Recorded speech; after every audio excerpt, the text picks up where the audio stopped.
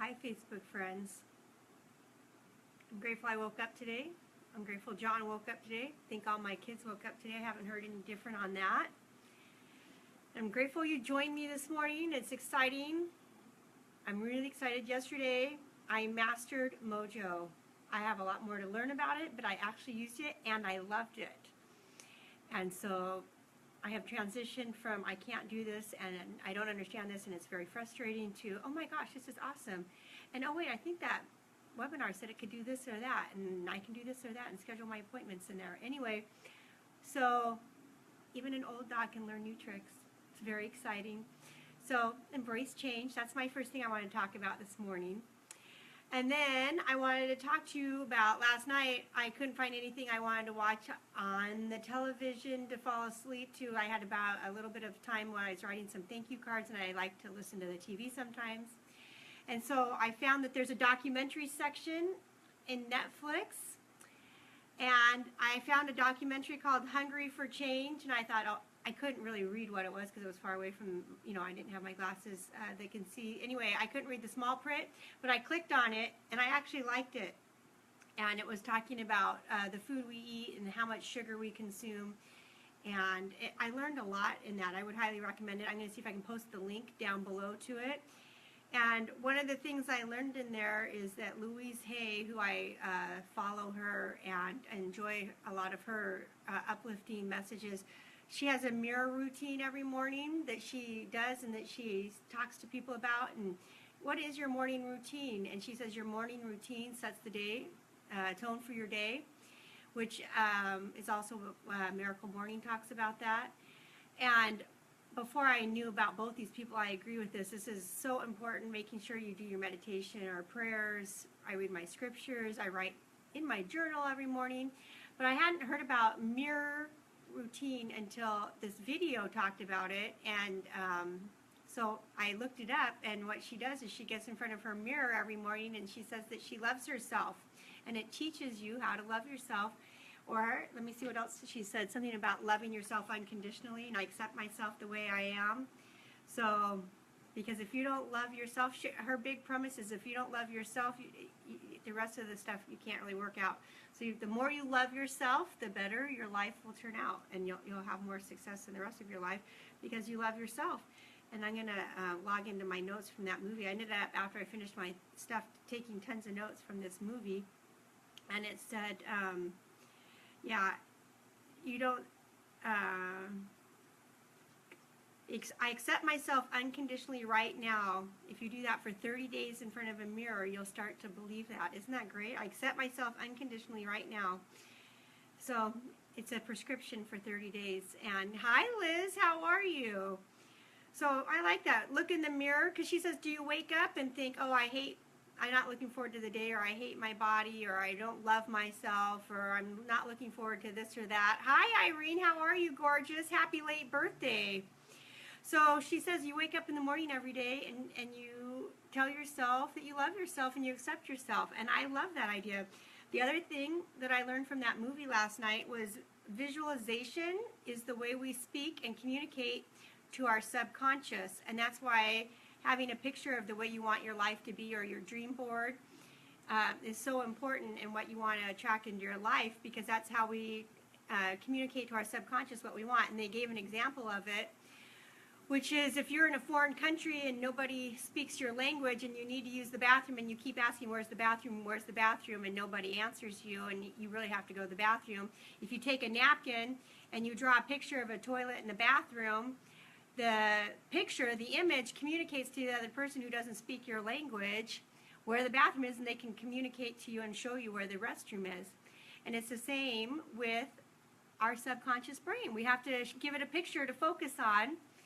And I really liked that analogy. It was a really good one. The other thing I learned yesterday was that, I'm sorry, I want to tell you one more thing about visualization. I'm going to read you a Wayne Dyer card really quick that's act as if. Act as if what you intend to manifest in life is already reality. Eliminate thoughts of conditions, limitations, or the possibility of it not manifesting. if left undisturbed in your mind and in the mind of intention simultaneously, it will germinate into reality, into the physical world. Did you hear that? Act as if. It's be, do, have. You have to be, mindset first, then you have to do the actions, and then you can have the things that you intend to have in your life. Be, do, have. It's a bold law, which there's the free day of bold on Tuesday. Hi, Rachel. If you're in Southern California and you wanted to come to the free day of bold, it's from 8:30 to 3:30 at the Grand, off Willow and the Grand in Long Beach. And it's an all-day seminar. It's a 7-week course. John and I have done it multiple times. It's changed my life and always takes me to a new level every time I do it. If you wanted to come, it's free. Good morning, gorgeous. It's free the first day. To see if you want to do it. It's geared a lot towards real estate professionals, but anyone can do it. You don't have to be a real estate professional to do it. Anyway, it's here. If you want to come, send me a message. And you need to be there by about 8:15. Even if you could come for part of the day, I'm telling you, it'll change your life. The first time I went to Bold is when Cody Gibson had me, he had us call someone. I told you guys this story before. He had us call someone that we needed to apologize to. And I apologized to my sister, and I was embarrassed, and I didn't do it at first, and then I did apologize to her for being a brat to her when we were kids. And if I had procrastinated that phone call during the call time, the next day, my sister couldn't talk anymore. She couldn't have said, I love you, and I forgave you for that a long time ago, and I can't believe you still think about that, and you're a great sister. And now that she's dead, I don't have to sit and obsess about whether or not my sister secretly was upset about that and held harbored bad feelings about that, because I cleared that up with her. So, and the person who thought about it, she said she never even thought about it in years. And I thought about it a lot because I was the one who hadn't fixed that relationship on that one subject area, even though we were great friends and I took care of her and we were really good sisters and had a great relationship. So it's these little things when you get coaches in your life. Good morning, Kathy. How are you, gorgeous? And these coaches in our life help point out areas and things that we need improvement on. So if you're nearby, you might want to come to that. Anyway, I'm grateful for you. I wrote down the 10 things I'm grateful for today. I'm going to go to the office. Yesterday I got to the office late, and I was thinking this is another thing we have to think about. Don't be frustrated by things sometimes when they happen. I was frustrated that I overslept yesterday and didn't get to the office on time, and found out that a girl had been hit. There was a hit and run right outside my office, and they had to, anyway, I wouldn't have been able to get into my office. I didn't know that when I got there, and it would have been a big mess, and I send prayers and blessings to her, and hopefully there's some security cameras so they can figure out exactly what happened. But if I had left my house on time, I would have been caught up in a big, huge mess because they'd closed all the streets. So sometimes things happen for a reason. We might not ever find out what the reason is. I just happened to find out because people in my office told me. Anyway, remember to choose the right. You're worth it. You guys have a great weekend. Of course, I'm going to post tomorrow. Share this message with other people. The blog's almost ready to go. Was working on that last night, figuring that out. And I'm going to start blogging.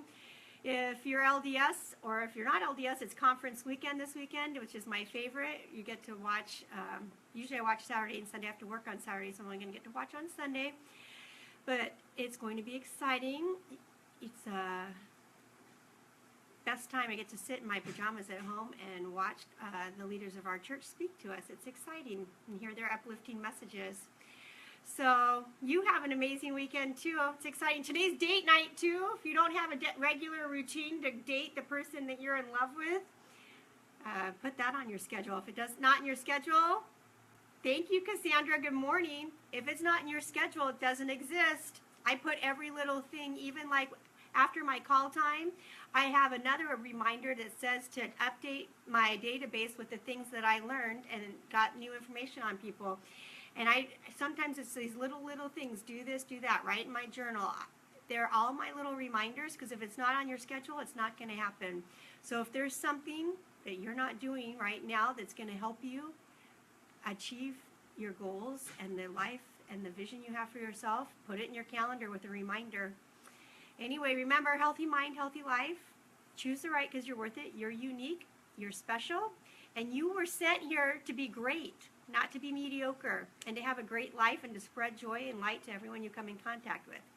Anyway, I'm going to have a great day. I hope you do too. And remember, put it on your calendar, date night. It doesn't have to cost a lot of money. John and I go to the beach and walk on the beach, and we buy the annual pass for the beach parking pass, and we go almost every week if we're in town, and then we go grab something to eat after. And if you can't afford to go grab something to eat, take some food from your house and go eat at the beach, or go get an ice cream and split it. Anyway, I watched that movie too, that Hungry for Change. Holy cow.